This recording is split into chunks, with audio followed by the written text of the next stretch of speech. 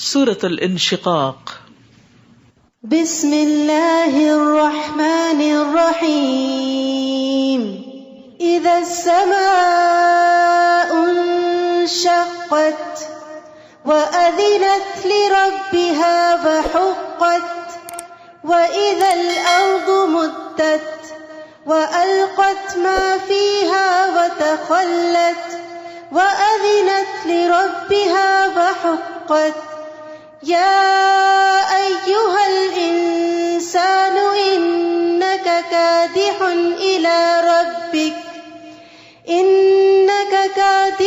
إلى ربك كدحا فملاقيه.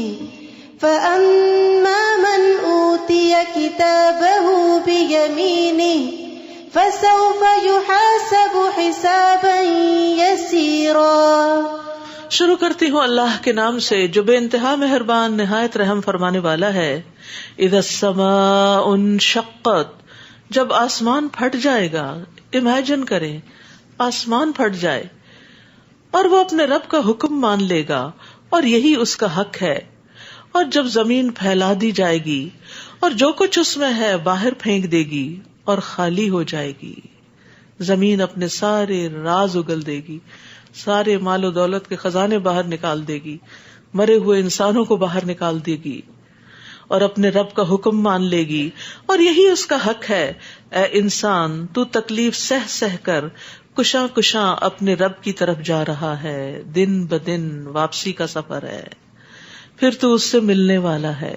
ایک دن رب کے سامنے جا کر کھڑے ہونا ہے. فَأَمَّا مَنْ أُوتِيَ كِتَابَهُ بِيَمِينِهِ، پھر جس کا نامہ اعمال اس کے دائیں ہاتھ میں دیا گیا، اس سے تو جلد ہی آسان سا حساب لیا جائے گا. اور یہ آسان حساب کیا ہوگا کہ بس دیکھ کر اگنور کر دیا جائے گا. رسول اللہ صلی اللہ علیہ وسلم نے فرمایا جس سے حساب میں جانچ پڑتال کی گئی کہ یہ کام کیوں کیا تھا، سمجھو وہ ہلاک ہو گیا. کیا جواب دے سکتے؟ اللہ کے سامنے تو کوئی جھوٹا عذر بھی پیش نہیں کر سکتا. لیکن جس کا نام اعمال دائیں ہاتھ میں ہوگا اس کا حساب آسان ہوگا. اللہ تعالیٰ اس سے درگزر فرمائیں گے. کون لوگ ہوں گے جو دنیا میں لوگوں سے درگزر کر جاتے ہیں، جو دنیا میں دوسروں کے قصور معاف کر دیتے ہیں، جو دنیا میں دوسروں کے ساتھ اچھا کرتے ہیں؟ اللہ تعالیٰ ان کے ساتھ اچھا کرے گا. وَيَنْقَلِبُ إِلَىٰ أَهْلِهِ مَسْرُورًا، وہ خوش بخوش اپنے گھر والوں کی طرف لوٹے گا. سبحان اللہ، خوشی انسان ہمیشہ اپنے گھر والوں کے ساتھ شیئر کرتا ہے، دنیا میں بھی اور آخرت میں بھی ایسا ہی ہوگا.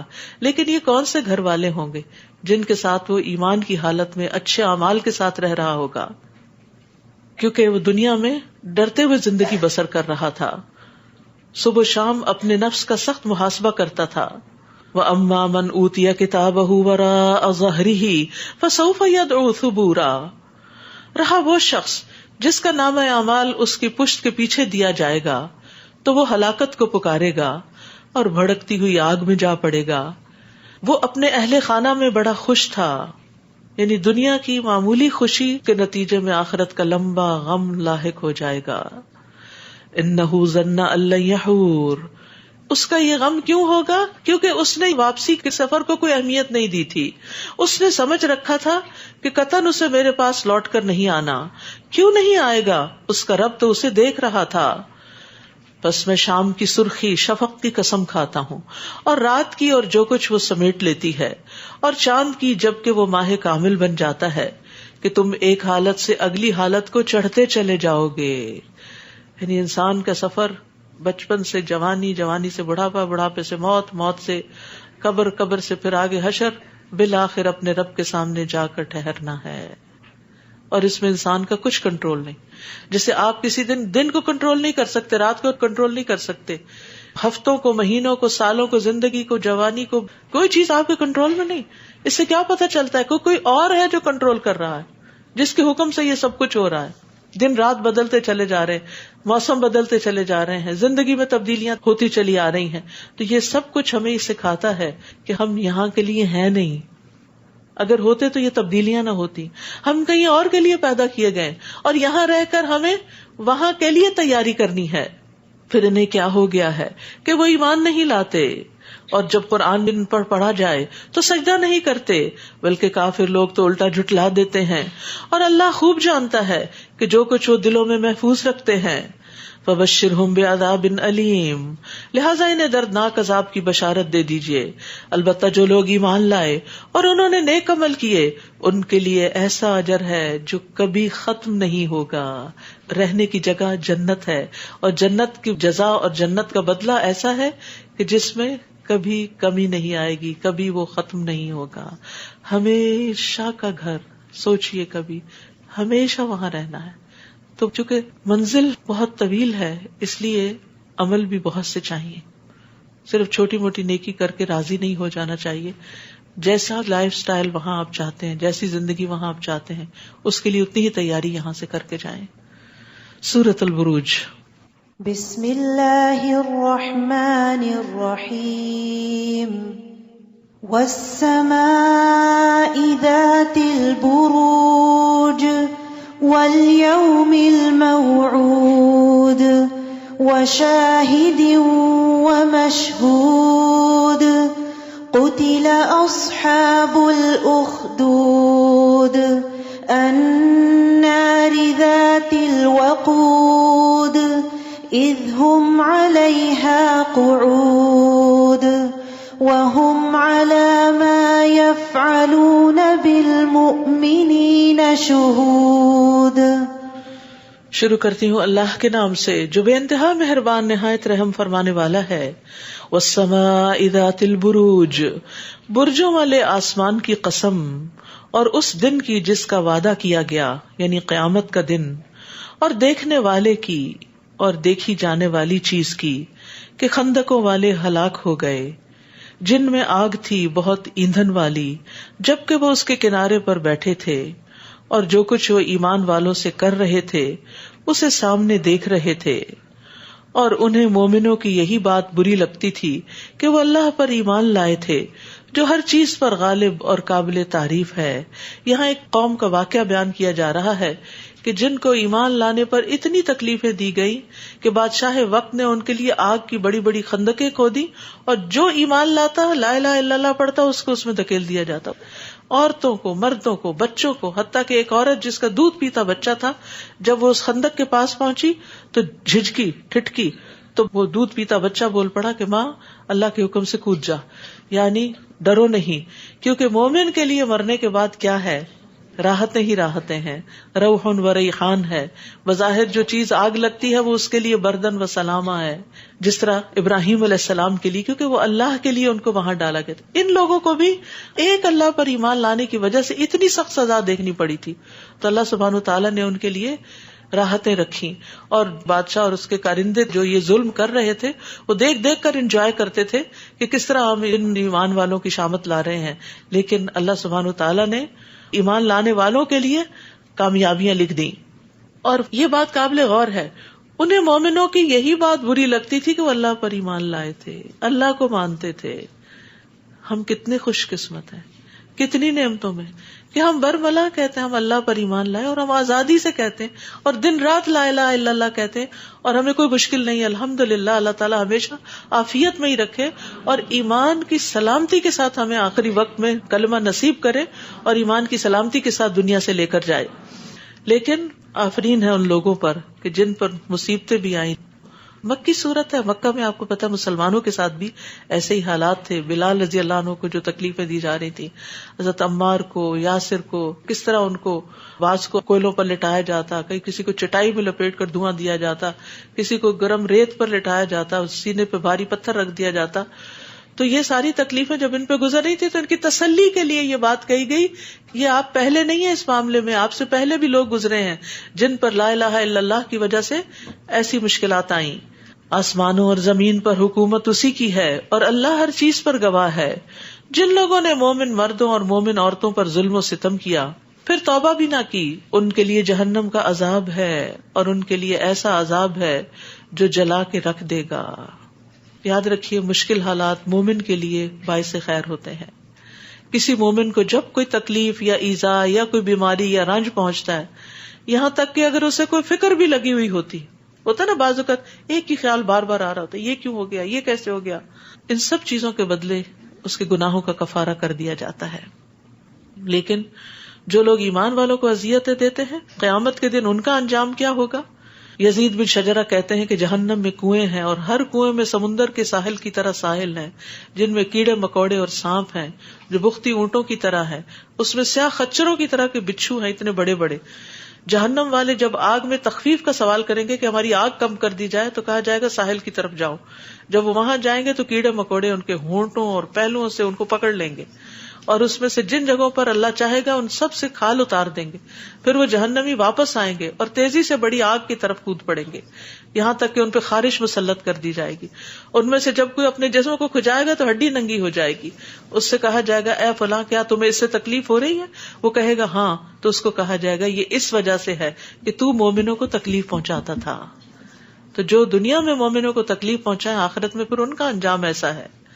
ان الذین آمنوا وعملوا الصالحات، بلا شبہ جو لوگ ایمان لائے اور انہوں نے نیک عمل کیے ان کے لیے باغ ہوں گے جن کے نیچے نہریں بہتی ہیں. یہی بڑی کامیابی ہے. دنیا کی کامیابیاں نہیں، وہ مل جائے تو بہت اچھا، لیکن اگر نہ ملے تو اس غم میں اپنے آپ کو نہ گلا دے کہ دنیا میں اولاد کیوں نہیں، یا بیمار کیوں ہے اولاد، یا مجھے صحت کیوں نہیں، یا رزق وافر کیوں نہیں. یہ تکلیفیں ہیں لیکن ان پر اللہ سے ناراض نہ ہوں، اللہ کے وعدوں پر یقین رکھیں کیونکہ اصل کامیابی تو آگے کی ہے. کہیں ایسا نہ ہو کہ دنیا کی کسی تکلیف میں اللہ کو ناراض کر کے وہ ہاتھ سے نہ چلی جائے. ان بطش ربک لشدید، یقیناً آپ کے رب کی گرفت بڑی سخت ہے. انہ هو یبدئ ویعید، وہی پہلی بار پیدا کرتا ہے وہی دوبارہ پیدا کرے گا. جس نے پہلے پیدا کر لیا وہ دوسری دفعہ کیوں نہیں کر سکتا. وہو الغفور الودود، اور وہ بڑا بخشنے والا ہے، محبت کرنے والا ہے. یعنی توبہ کرنے والوں سے خاص طور پر محبت کرتا ہے. یہ دن ہے رمضان کے توبہ کرنے کے. اور توبہ کرنے کا مطلب ہوتا ہے اپنے گناہوں کو چھوڑ دینا، اپنی نئی زندگی شروع کرنا، اللہ کی اطاعت اور فرما برداری کی زندگی شروع کرنا. تو اللہ کون ہے؟ ذو العرش المجید فعال لما یرید، عرش کا مالک ہے، بڑی شان والا ہے، جو کچھ چاہے اسے کر ڈالنے والا ہے. تو کبھی مایوس نہ ہو، مانگتے چلے جائیں دعائیں، اسے کوئی روک نہیں سکتا. کیا آپ کے پاس لشکروں کی خبر بھی پہنچی ہے؟ یعنی فرعون اور سمود کے لشکروں کی. بلکہ کافر تو جھٹلانے میں لگے ہوئے ہیں، حالانکہ اللہ انہیں ہر طرف سے گھیرے ہوئے ہے.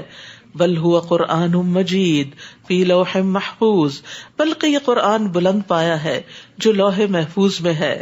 سورۃ الطارق. بسم اللہ الرحمن الرحیم. والسماء والطارق وما أدراك ما الطارق النجم الثاقب إن كل نفس لما عليها حافظ. شروع کرتی ہوں اللہ کے نام سے جو بے انتہا مہربان نہایت رحم فرمانے والا ہے. قسم ہے آسمان کی اور رات کو آنے والے کی، یعنی ستارے کی. اور آپ کیا جانیں کہ رات کو آنے والا کیا ہے. وہ ستارہ ہے چمکتا ہوا کہ کوئی جان ایسی نہیں جس پر ایک محافظ مقرر نہ ہو. یعنی یہ اللہ کی تخلیق کی نشانیاں گواہ ہیں کہ اللہ سبحانہ تعالیٰ نے اس کائنات کو ایسے ہی بے مقصد پیدا نہیں کیا. دن کو سورج چمکتا ہے، رات کو چاند اور ستارے چمکتے ہیں.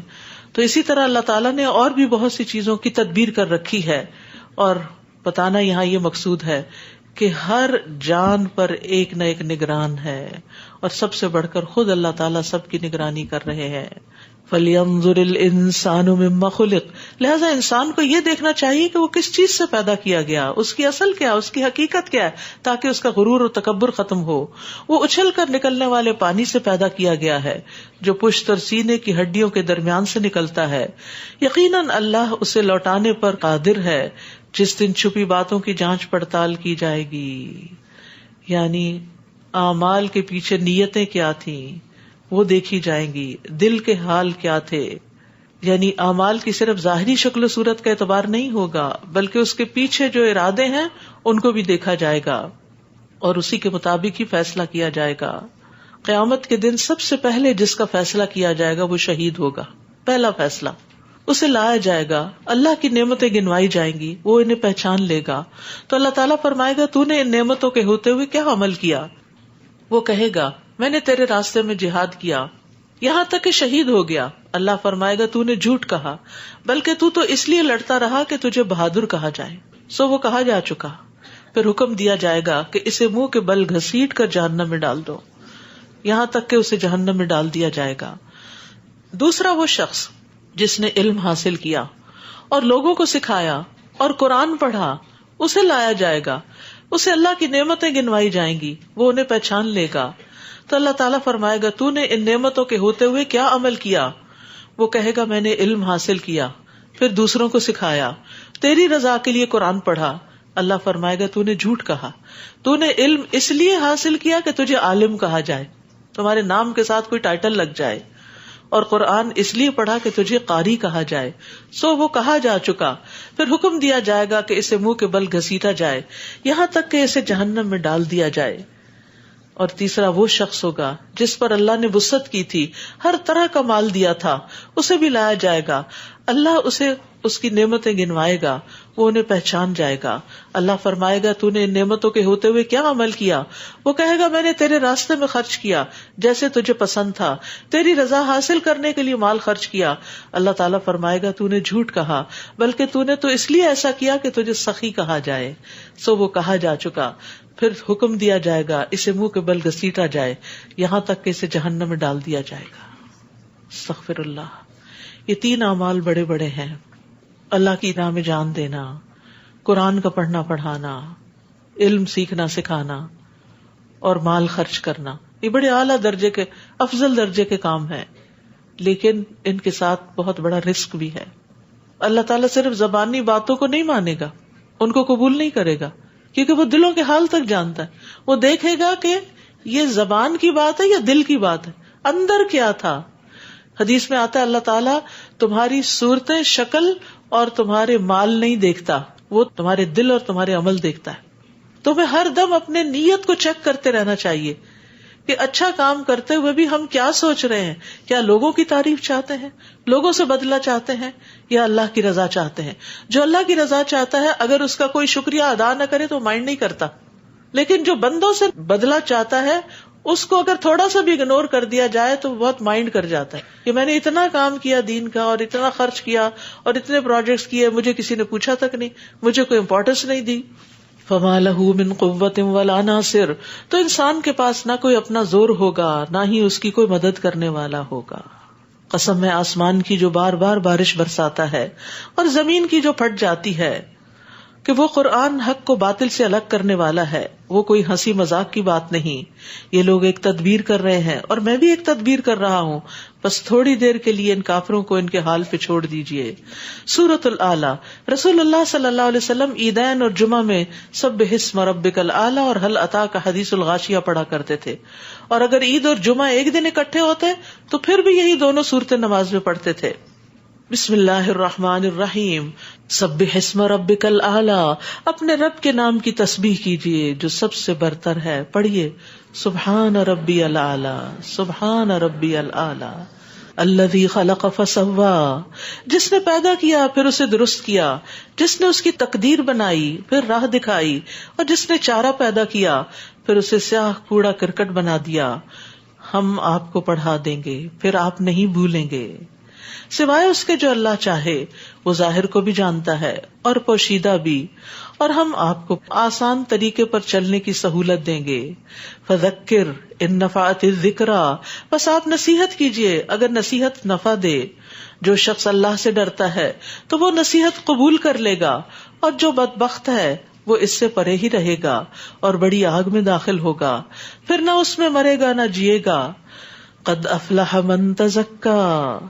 کامیاب ہو گیا، حقیقی فلاح پا گیا جس نے پاکیزگی اختیار کی. وذکر اسم ربہ فصلی. اور اپنے رب کا نام یاد کیا پھر نماز ادا کی. تزکیہ اندر کا ہوتا ہے، دل کا ہوتا ہے، ذکر زبان کا ہوتا ہے، اور نماز پورے اعضاء کو گھیرتی ہے. تو اللہ کے ذکر اور نماز سے پہلے پاکیزگی کا ذکر کیا گیا کہ نیت اچھی ہو، طہارت ہو، وضو ہو، اور اگر نفس پاک ہوگا تو ہدایت کی روشنی چمک اٹھے گی، اور پھر انسان اور زیادہ دل لگا کے نماز پڑھے گا اور اللہ کو یاد کرے گا. لیکن اگر دل میں اللہ کے اوپر ایمان پختہ نہیں، دل میں اللہ کی محبت نہیں، یہ سارے اعمال بس ایک روٹین کے اعمال بن جاتے ہیں، یہ صرف ایک مشینی عمل بن جاتا ہے. بلکہ تم تو دنیا کی زندگی کو ترجیح دیتے ہو. یعنی یہ 3 کام کرنے کی بجائے تم کیا کرتے ہو؟ دنیا تمہاری پرائرٹی ہے، نماز اور یہ سب کچھ تو صرف بھاگتے دوڑتے ہی کر رہے ہو، حالانکہ آخرت بہتر اور باقی رہنے والی ہے. والآخرۃ خیر وابقی، یہ بات تو پہلے صحیفوں میں کہی گئی تھی، یعنی ابراہیم اور موسیٰ کے صحیفوں میں. یعنی یہ 3 باتیں یاد رکھنے کی ہیں جو پہلی کتابوں میں بھی لوگوں کو سکھائی گئیں: تزکیہ، ذکر، صلاۃ. ان کو باندھ لیں، اپنے نفس کو حسد سے، بغض سے، نفرت سے، شرک سے، نفاق سے پاک کرنے کے لیے مسلسل محاسبہ کرتے رہیں، اپنی نیتوں کو مسلسل چیک کرتے رہیں، اور اپنی زبان کو کسی وقت اللہ کے ذکر سے خالی نہ چھوڑیں، اور نمازوں کی پابندی کریں. تو اللہ سبحانہ تعالیٰ کا وعدہ ہے کہ پھر کامیابی تمہاری ہے، کیونکہ جو شخص ان 3 چیزوں کی پابندی کرے گا اس کے باقی اعمال بھی سنورتے چلے جائیں گے. سورۃ الغاشیہ. بسم اللہ الرحمن الرحیم. هل اتاک حدیث الغاشیہ وجوہ یومئذ خاشعہ عاملۃ ناصبہ. کیا آپ کو چھا جانے والی آفت کی خبر پہنچی، یعنی قیامت کے آنے کی؟ کچھ چہرے اس دن خوفزدہ ہوں گے، سخت محنت کرنے والے، تھکے ماندے ہوں گے. یہ کون لوگ ہوں گے؟ ریاکار، دکھاوے کے کام کرنے والے، دنیا چاہنے والے اور آخرت کو بھول جانے والے. کیونکہ اللہ سبحانہ تعالیٰ صرف وہی عمل قبول کرتا ہے جو خالص اس کی رضا کے لیے ہو اور اس کے کرنے سے خالص اسی کا چہرہ مقصود ہو. دہکتی ہوئی آگ میں داخل ہوں گے، انہیں کھولتے ہوئے پانی کے چشمے سے پینے کو دیا جائے گا. خاردار سوکھی گھاس کے علاوہ ان کے لیے کوئی کھانا نہ ہوگا. سوکھی روٹی کھانی پڑ جائے تو ہمارے آنسو نکلتے ہیں کہ بریڈ کے اوپر بٹر یا چیز کچھ بھی نہیں ہے، ایسے ہی کھائیں گے بریڈ. تو وہاں پر سوکھی گھاس، وہ اندر کیسے جائے گی؟ جو نہ موٹا کرے نہ بھوک دور کرے. اور کچھ چہرے اس دن حشاش بشاش ہوں گے، اپنی کارکردگی پر خوش ہوں گے. اونچی جنت میں جہاں وہ کوئی لغو بات نہ سنیں گے، اس میں ایک چشمہ جاری ہوگا. اس میں اونچے رکھے ہوئے تخت ہوں گے اور ساغر کرینے سے رکھے ہوں گے. گاؤ تکیے قطار میں لگے ہوں گے اور مخملی فرش بچھے ہوئے ہوں گے. کیا وہ اونٹوں کی طرف نہیں دیکھتے کہ وہ کس طرح پیدا کیے گئے، اور آسمان کی طرف کہ کیسے بلند کیا گیا، اور پہاڑوں کی طرف کہ کیسے نصب کیے گئے، اور زمین کی طرف کہ کیسے بچھائی گئی. بس آپ نصیحت کیجیے، آپ بس نصیحت ہی کرنے والے ہیں، آپ ان پر محاسب نہیں. البتہ جو شخص منہ موڑے گا اور کفر کرے گا، اللہ اس کو بہت بڑی سزا دے گا. ان الینا ایابہم ثم ان علینا حسابہم. بلا شبہ انہیں ہماری ہی طرف واپس آنا ہے، پھر ان کا حساب لینا بھی ہمارے ہی ذمہ ہے. سورۃ الفجر. بسم اللہ الرحمن الرحیم. والفجر وليال عشر والشفع والوتر والليل إذا يسر. فجر کی قسم اور 10 راتوں کی اور جفت اور طاق کی اور رات کی جب وہ گزر جائے. 10 راتوں سے مراد ذی الحجہ کا پہلا عشرہ ہے. یہ دنیا کے دنوں میں افضل ترین دن ہے، یعنی 10 دن جو ذی الحجہ کی پہلی سے 10 تاریخ تک ہوتے، جس میں حج بھی ہوتا ہے، قربانی بھی ہوتی ہے، بڑی عید آتی ہے. کوئی دن اللہ کے ہاں ان 10 دنوں سے زیادہ عظمت والا نہیں، نہ ہی کسی دن کا عمل اللہ تعالیٰ کو ان 10 دنوں کے عمل سے زیادہ محبوب ہے. بس تم ان 10 دنوں میں کثرت سے تحلیل، لا الہ الا اللہ، تکبیر اور تحمید کہو، یعنی اللہ اکبر اور الحمدللہ. ان باتوں میں اہل عقل کے لیے ضرور ایک بھاری قسم ہے. کیا آپ نے دیکھا نہیں کہ آپ کے رب نے عاد کے ساتھ کیسا سلوک کیا؟ اونچے ستونوں والے عاد ارم کے ساتھ، جن کے مانند کوئی قوم دنیا کے ممالک میں پیدا نہیں کی گئی. اور سمود کے ساتھ کیا سلوک کیا، جنہوں نے وادی میں چٹانیں تراشی تھیں. اور میخوں والے فرعون کے ساتھ، جنہوں نے بہت سے شہروں میں سرکشی کی اور ان میں بہت فساد مچایا. تو آپ کے رب نے ان پر عذاب کا کوڑا برسا دیا. بلا شبہ آپ کا رب تو طاق میں ہوتا ہے، مگر انسان کا حال یہ ہے کہ جب اس کا رب اسے آزمائش میں ڈالتا ہے اور اسے عزت اور نعمت دیتا ہے، کہتا ہے میرے رب نے مجھے عزت بخشی، حالانکہ یہ بھی ایک امتحان ہوتا ہے. اور جب اسے آزمائش میں ڈال کر اس کا رزق اس پر تنگ کر دیتا ہے تو کہتا ہے کہ میرے رب نے مجھے ذلیل کر دیا. یہ معیار ہرگز درست نہیں، بلکہ تم لوگ یتیم سے عزت کا سلوک نہیں کرتے. یعنی تمہارے مال میں تھوڑی سی کمی ہو جائے تو تم سمجھتے ہو تمہارے ساتھ زیادتی ہوگی، اور جو تم دن رات زیادتیاں کرتے ہو مظلوم طبقات کے ساتھ، ان کی طرف بھی سوچو، اپنی غلطیوں کو بھی دیکھو.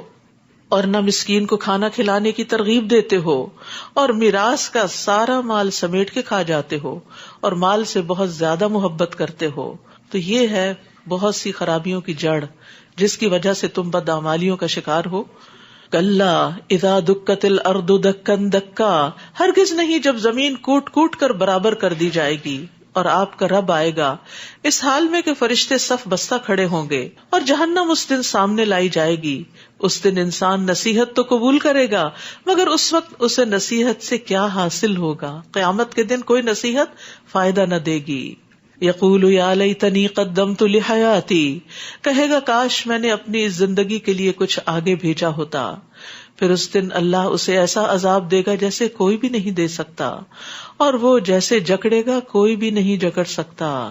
یا ایتھا النفس المطمئنہ، اے اطمینان پانے والی روح.